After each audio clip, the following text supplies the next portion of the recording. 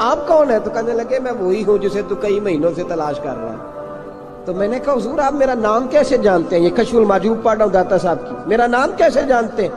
تو حضرت اویس کرنی کہنے لگے عرفت روحی من روحی کا، میری روح آپ کی روح کی واقف ہے۔ میری جو روح ہے نا، روح، امام غزالی سے کسی نے کہا تھا حضور آپ مجھ سے کتنا پیار کرتے ہیں؟ فرمانے لگے اپنے دل سے پوچھ لے تو کتنا کرتا ہے، بس برابر ہے، پوچھ لے اپنے دل سے تو مجھ سے کتنا کرتا ہے، میں بھی اتنا ہی کرتا ہوں، یہ پوچھ لے تو۔ بھائی حضرت اویس کرنی کی ملاقات ہوئی تو کہا حضور میں کہاں چلا اور آپ کہاں دوڑے؟ آپ فرمانے لگے یار میں چھپا ہوا ہوں تو مجھے چھپا رہنے دے، میں چھپا ہوا ہوں، میں سراپا مخزن راز تھا اور رہا تھا مدت و راز، یہ تو تیرا شوق کے دید کشاں کشاں مجھے کھینچ لایا مجاز میں۔ ان کی زندگی تو دیکھو، کتنا شوق ہے ہمیں آگے لگنے، کتنا شوق ہے بڑھ بڑھ کے سامنے ہونے، مجھے لوگ جانے، مجھے لوگ پہچانے، کتنا شوق، لیکن وہ دوڑتے تھے لوگ ہمارے قریب نہ آئے۔ حضرت حرم بن حیان کہتے ہیں میں چند گھڑیاں رکا تو مجھے کہنے لگے جا یار تو کوئی کام کر اور مجھے بھی اپنا کام کرنے دے۔ میں نے کہا حضور آپ کیا کریں گے؟ فرمانے لگے گناہ بڑے لمبے ہیں، ذرا معافیاں مانگوں گا اپنے رب سے، میں اس کی بارگاہ میں استغفار کروں گا، مجھے ذرا ریت پہ سجدے کرنے دے، تو جا، مجھے شوق نہیں، تو چلا جا۔ حضرت حرم بن حیان کہتے ہیں میں نے کہا حضور میرے لیے دعا کر دیں۔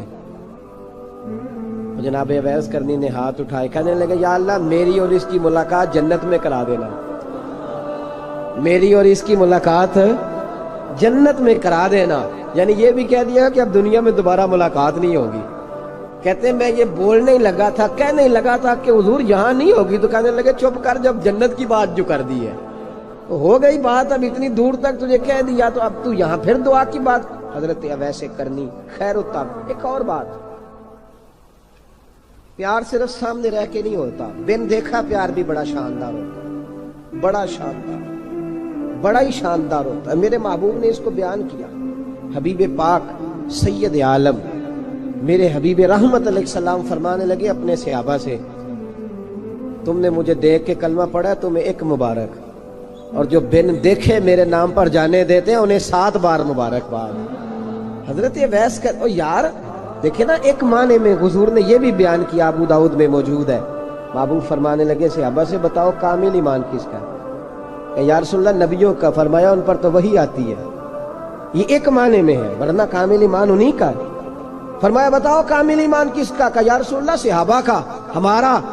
نبی پاک نے فرمایا تم نے تو درختوں کو سجدے کرتے دیکھا ہے، ڈوبے ہوئے سورج کو واپس آتے دیکھا ہے، چاند ٹوٹتے دیکھا ہے۔ کہا حضور پھر فرشتوں کا؟ فرمایا وہ تو اللہ کے عرش کے پاس رہتے ہیں۔ کہا یا رسول اللہ ہماری پھر بس ہو گئی، آپ بتا دیں کامل ایمان کس کا ہے؟ تو محبوب نے فرمایا کامل ایمان ان کا ہے جنہوں نے مجھے دیکھا نہیں ہوگا، جنہوں نے مجھے دیکھا نہیں ہوگا، اور لفظ حدیث کے دیکھا نہیں ہوگا، پر ان کی خواہش ہوگی اگر ایک دفعہ جلوہ نظر آئے تو وہ ہر چیز قربان کرنے کو تیار، ان کی یہ خواہش ہو۔ حضرت اویس کرنی نے ہمیں بتایا کہ جو بن دیکھا پیار ہے نا، بن دیکھا، جس نے دیکھا نہیں پر اس کی یاد میں تڑپتا، دیکھا نہیں پر اس کی مالا جپتا۔ حضرت ابو ذر غفاری نے پوچھا تھا، ترغیب و ترہیب میں حدیث ہے، یا رسول اللہ صلی اللہ علیہ وسلم کچھ لوگوں سے ہم محبت کرتے ہیں پر ہم ان سے ملے نہیں، ہمارے عمل بھی ان جیسے نہیں، حضور اس محبت کے عوض کچھ ملے گا؟ تو محبوب نے فرمایا اللہ محبت کرنے والوں کو جنت میں جمع فرما دے گا، اللہ جمع کر دے گا، لیکن کبھی کبھی نہ انہیں اعزاز دینا پڑتا ہے۔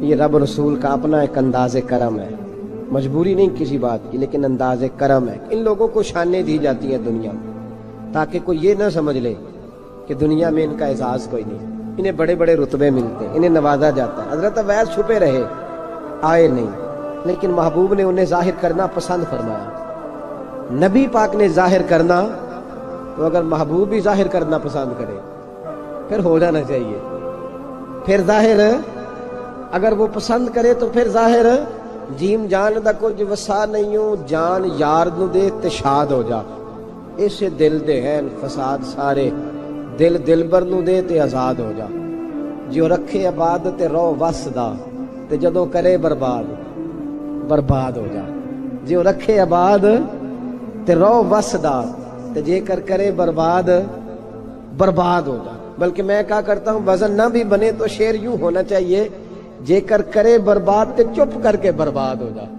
شور نہ کر. لبيك اللهم لبيك لبيك لا شريك لك